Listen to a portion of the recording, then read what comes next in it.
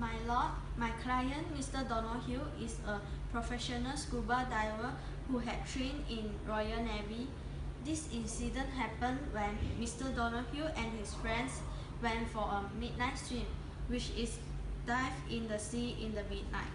Unfortunately, the underwater obstruction at the Folkestone Properties Limited struck Mr. Donoghue's head and breaking his neck. My lord, now I would like to examine my client, Mr. Donoghue. Yes, you may proceed. Mr. Donoghue, please explain to us what happened on that day.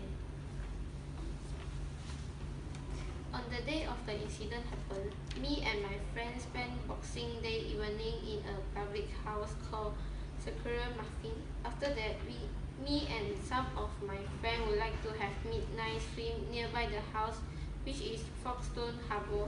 When we arrived at Folkestone Harbour, there are no any sign of warning or security guard. Then we began to start diving in the sea. I did not notice there was an underwater obstruction in the sea. It struck my head and my leg was broken. Thank you, Mr. Donoghue. Therefore, my lord, the defendant Folkestone Properties Limited had a duty of care towards my client, Mr. Donoghue. From what my client, Mr. Donoghue, had told, there are no any sign of warning or in the Folkestone Harbour or any security guard.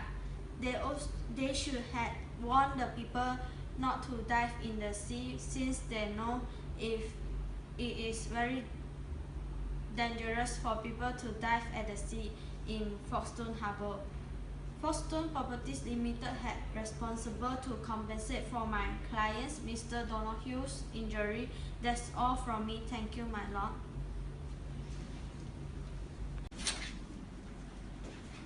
My lord, I disagree with the solicitor of Mr. Donoghue. My client, Folkestone Properties Limited, has no duty of care for Mr. Donoghue. My lord, before I tell the reason, I would like to examine the appellant. Yes, you may. Mr. Donoghue, are you a professional scuba diver who had trained in Royal Navy? Yes. Did you check the water level and obstruction before you dive? No. If I knew there are obstructions, then how I will be injured? Thank you for answering my questions, Mr. Donoghue. My lord, now I would like to call upon my defendant, Mr. Folkestone. Yes, you may. Mr. Folkestone, may I know, is there any warning sign or security guard higher in the Folkestone Harbour? And did you notice the rise of people diving in the sea of Folkestone Harbour? There are no warning sick in Folkestone Harbours, but there are security guards higher in my Folkestone Harbours. I do know the risk of people diving in the sea of Folkestone Harbour. That's why I hire security guard to stop people from diving during summer season. Did you ever think of there are people will dive during midnight in the winter season? No, never. The weather is so cold. Even the daytime, nobody will drive in the sea. Midnight in the winter season, who will go and drive in such timing? Thank you, Mr. Folkestone. My lord, after I examined Mr. Donoghue and Mr. Folkestone, know that Mr. Donoghue is a professional scuba diver who was trained in Royal Navy. As a professional scuba diver, he should know the basic knowledge which is check the water level and sea. However, Mr. Donoghue did not check the water level and obstruction which caused his injury. Moreover, Mr. Folkestone do not have duty of care for Mr. Donoghue because who knows there are people will go to dive in the midnight of winter season. Thank you, my lord. That's all for me.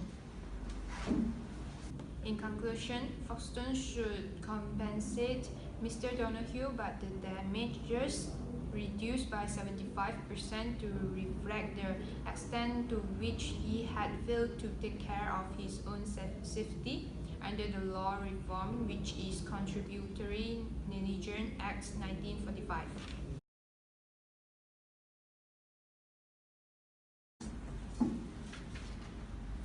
My lord, I would like to appeal for my client's Folkestone Properties Limited by contending that in assessing whether a duty of care arises under Section 1 sub 3, each of the criteria must be assessed by reference to the individual characteristics and attributes of the particular claimant and on the particular occasion when the incident in fact occurred. Example, when assessing whether the defendants should be aware of whether a person may swim into the vicinity of the danger.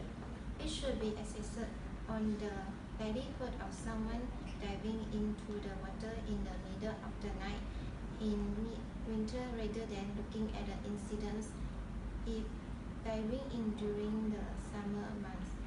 Appeal allowed. The test of the whether duty of care exists under Section 1 sub 3 Occupier Liability Act 1984 must be determined having regard to the circumstances prevailing at the time of the alleged breach result in injury to the claimant. At the time Mr. Donoghue sustained his injury, Folkestone Property had no reason to believe that he or anyone else would be swimming from the slipway. Consequently, the criteria set out in Section 1 sub 3b was not satisfied and no duty of care arose.